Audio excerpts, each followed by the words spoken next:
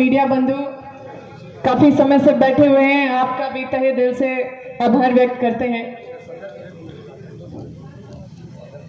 शंकर जी भी हैं, जिला अध्यक्ष। साथियों, बहुत लंबे समय से आप सभी को सुन रहे थे, हम भी सुन रहे थे। पूरे देश में न्याय के लिए एक अलग लड़ाई चल रही है। ये न्याय की लड़ाई है और पूरे देश में इंडिया गठबंधन एक होके इस अन्याय के खिलाफ न्याय को स्थापित करने की लड़ाई लड़ी जा रही है और उसमें एक एक व्यक्ति को शामिल होने का जरूरत है इस न्याय की लड़ाई में। और ये अन्याय के खिलाफ आपको बहुत दूर जाने का जरूरत नहीं है। लोग आएंगे आपके पास, आपको मुद्दों से भटकाएंगे, बोलेंगे हम भगवान को बचाएंगे, आप हमको वोट दीजिए। जो आपको नहीं बचा पा रहे हैं, आपके घर में जो बिजली नहीं पहुंचा पा रहे हैं, यहाँ पे जो घर टूट रहे हैं उनके घर को टूटने से नहीं बचा पा रहे हैं, जो यहाँ विस्थापित हो रहे हैं, जिनका जो किसान का जमीन जा रहा है, जो खेती करके कुछ कमाते थे, अब उनका जमीन जा रहा है, तो जमीन जाने के बाद उनको रोजगार भी नहीं मिल रहा है, उनका तो आवाज बन ही नहीं पा रहे हैं। ये भगवान को क्या बचाएंगे? भगवान को ये लोग बचाएंगे? अब तो ऐसा लग रहा है जैसे एक एक चीज बेचते बेचते बेचते बेचते बेचते राम भगवान को भी बेच दिए ये लोग। राम भगवान बेचने वाला चीज है क्या? है क्या राम भगवान बेचने वाला चीज? खरीद पाएंगे कोई? तो आप सभी से यही कहना चाहते हैं कि समय आ गया है अपने अधिकार के लिए खड़ा होने का।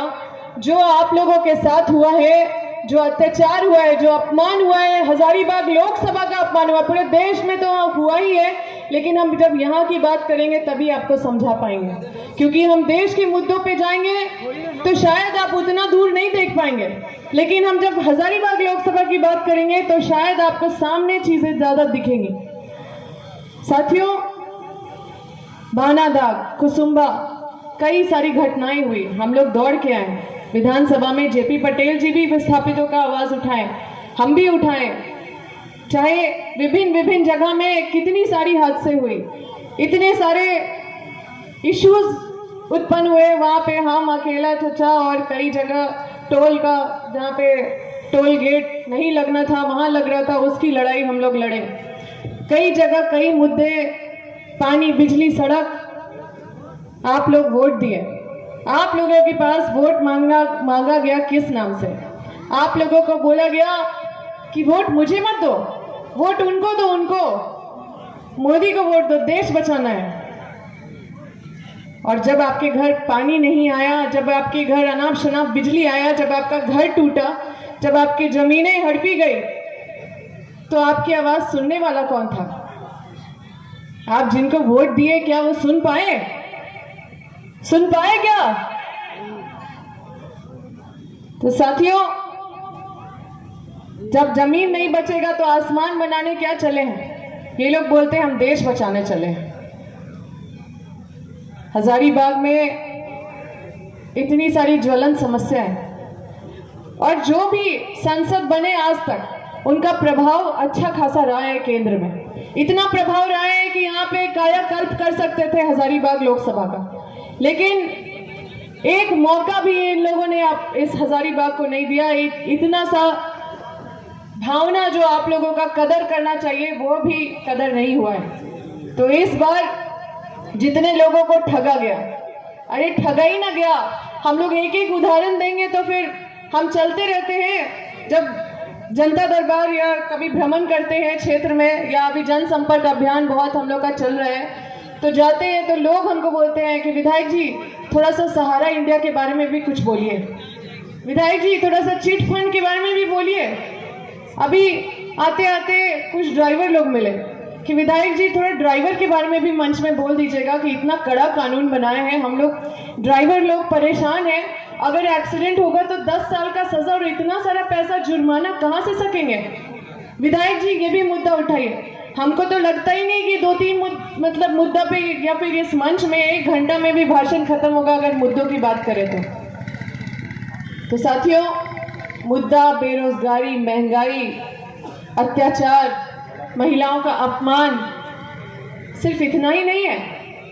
मुद्दा अनेक मुद्दा है, झूठ खंड, और जिस तरह से सबको ठगा जा रहा है, अपमान किया जा रहा है, जिस तरह से सबको छला जा रहा है, वो आएंगे आपके पास। जब विपक्ष आएंगे आपके पास तो वो बोलेंगे मंदिर मस्जिद हिंदू मुस्लिम, तो आप मुद्दों से मत भटकिएगा।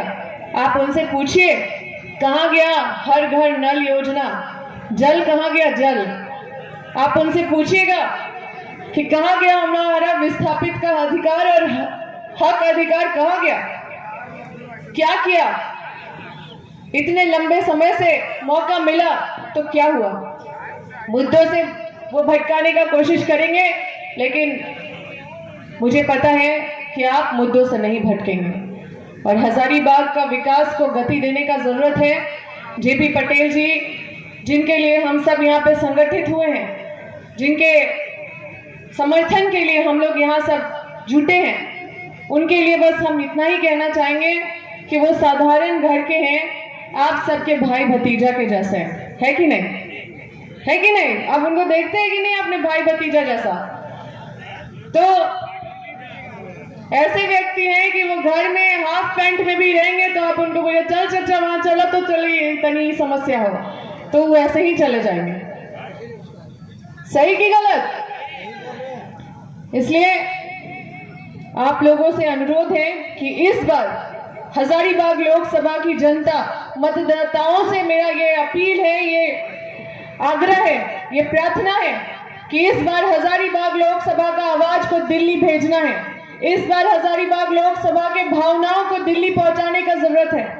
आपकी आवाज कभी भी आज तक दिल्ली नहीं पहुंची।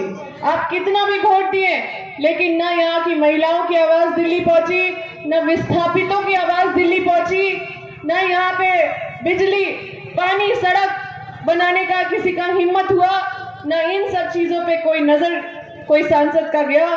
तो निश्चित रूप से आप ये समझ लीजिए कि आप वोट तो दिए धूप में खड़े होके, लेकिन अपनी आवाज को घर से बाहर भी नहीं निकाल पाए, उस सांसद के कान में भी नहीं जू रेंग रहे। तो इस बार आपको अपनी आवाज को दिल्ली भेजना है, अपनी भावनाओं को दिल्ली भेजना है, और अपने आने वाले भविष्य के बारे में सोचना है। हमारे समाज में ये लोग गंदगी फैला रहे हैं, ये लोग पूरा समाज को खराब कर दे रहे हैं। इनको पता नहीं कि भगवान के आदर्श क्या है, राम भगवान का आदर्श क्या है। ये नहीं कभी बताएंगे समाज को कि राम भगवान के आदर्श पे चलो। ये बस ये बताएंगे कि हम राम भगवान को बचा रहे हैं, तुम भी बचाओ तो बीजेपी में आ जाओ। तो ये दिग्भ्रमित करने वाली चीजों से आपको बचना होगा, ताकि हम इस समाज को बचा सके, इस क्षेत्र को बचा सके। मेरे साथ क्या हुआ वो आप लोगों से छुपा हुआ नहीं है, आपको पता है। और आप भी इंतजार कर रहे थे कि अम्बा आएगी और सांसद का चुनाव लड़ेगी। इंतजार कर रहे थे कि नहीं कर रहे थे। हम भी मन बनाए हुए थे, लेकिन ऐन समय में आचार संहिता जस्ट लगने वाला था 2 दिन बाद। उसी समय मुझे परेशान करने का कोशिश किया गया। मुझे जो कभी परेशानी के बीच में ही पैदा हुए और परेशानी तो जीवन में हमेशा देखे हैं, लेकिन कभी भी परेशान नहीं हुए हैं। और ऐसे जिस तरह से हमें परेशान करने का कोशिश किया गया, 1 हफ्ते तक हमको बुक कर लिया गया। सुबह से रात तक, सुबह से रात तक, सुबह से रात तक, ऐसे 1 हफ्ते तक, जब तक टिकट नहीं फाइनल हुआ तब तक उलझा के रखा गया। और यही कारण है कि आपको इसका बदला लेने का जरूरत है। इसका बदला लेंगे कि नहीं लेंगे? साथियों, आपको बता दें, आपकी बेटी और आपकी बहन अम्बा, जरा सा भी इसमें दाग नहीं है। आपका सर कभी झुकने नहीं देंगे। आप जब भी अपनी बेटी का नाम लीजिएगा तो सर उठा के नाम लीजिएगा। इस तरह का काम करेंगे। और कोई भी ईडी सीबीआई कोई भी आ जाए, हम किसी से घबराने वाले नहीं हैं। अभी तक कुछ नहीं वो लोग कर पाए हैं, मेरा कुछ भी नहीं बिगाड़ पाए हैं। और आपके सामने इस मंच में हम आप सबको कह देना चाहते हैं कि आगे भी कुछ नहीं बिगाड़ पाएंगे, क्योंकि हमने किसी का कुछ गलत नहीं किया है। कोई भी ऐसा काम नहीं किया है जिससे आपका सर झुकने का काम हो। इसलिए इस लड़ाई को पूरे हिम्मत के साथ और पूरे दम के साथ लड़ रहे हैं। आपसे भी अनुरोध है कि आप भी आगे बढ़ के पूरे तन मन धन के साथ, ये कोई सांसद जिताने वाला चुनाव नहीं है, ये चुनाव एक व्यक्ति को सांसद बनाने वाला चुनाव नहीं है, ये चुनाव है अपना मान सम्मान बचाने का, ये चुनाव है जो लंबे समय से आपका अपमान हो रहा है, हजारीबाग की जनता का जो अपमान हो रहा है, उस अपमान का बदला लेने का समय आ गया है। और ये समय बार बार नहीं आएगा, फिर 5 साल बाद आएगा, इसलिए 5 साल तक और नहीं झेलिए। अभी जितने लोग को जागरूक कर सकते हैं हम लोग तो कोशिश कर रहे हैं, आप लोग भी साथ दीजिए और इस न्याय की लड़ाई में हम सब के साथ आप भी शामिल होइए, ताकि ये अन्याय के खिलाफ न्याय जीत सके। एक बार मेरे साथ जरूर बोलिए, हजारीबाग लड़ेगा, हजारीबाग लड़ेगा, इंडिया जीतेगा। हजारीबाग लड़ेगा, हजारीबाग लड़ेगा, हजारीबाग लड़ेगा। बहुत बहुत धन्यवाद, आप सभी का आभार। जोहार।